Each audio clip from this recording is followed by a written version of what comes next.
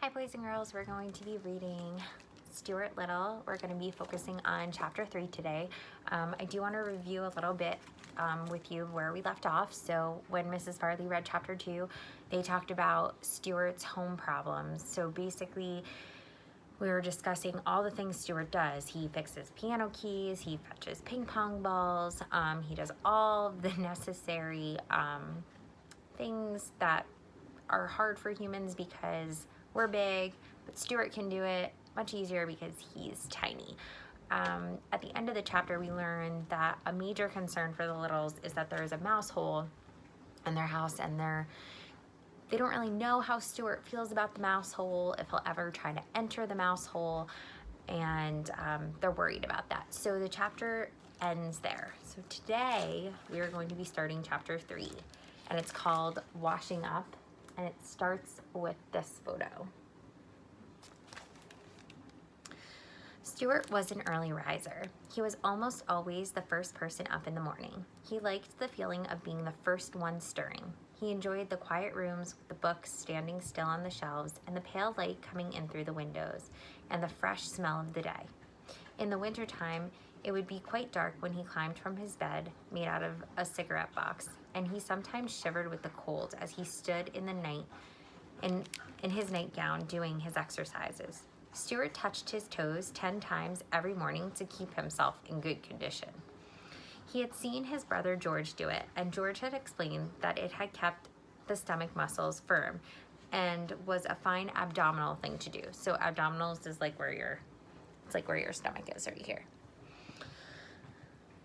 After exercising, Stuart would slip on his handsome wool wrapper, which is a bathrobe, tie the cord tightly around his waist, and start for the bathroom, creeping silently through the long dark hall past his mother and father's room, past the hall closet where the carpet sweeper was kept, past George's room, and along by the head of the stairs till he got to the bathroom. Of course, the bathroom would be dark too, but Stuart's father had thoughtfully tied a long string to the pull chain of the light. The string reached clear to the floor. By grasping it as high up as he could and throwing all his weight onto it, Stuart was able to turn on the light.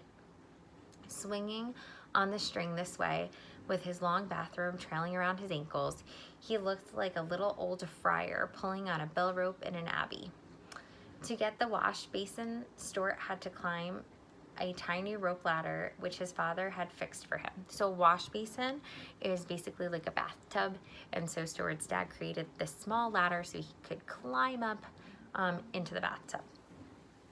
George had promised to build Stuart a small special wash basin, only 1 inch high, with a thin rubber tube through which water would flow. But George was always saying he was going to build something and then forgetting about it. Stuart just went ahead and climbed the rope ladder to his family wash basin every morning to wash his face and hands and brush his teeth. Mrs. Little had provided him with a doll-sized toothbrush, a doll-sized cake of soap, a doll-sized washcloth, and a doll-sized comb, which he used for combing his whiskers.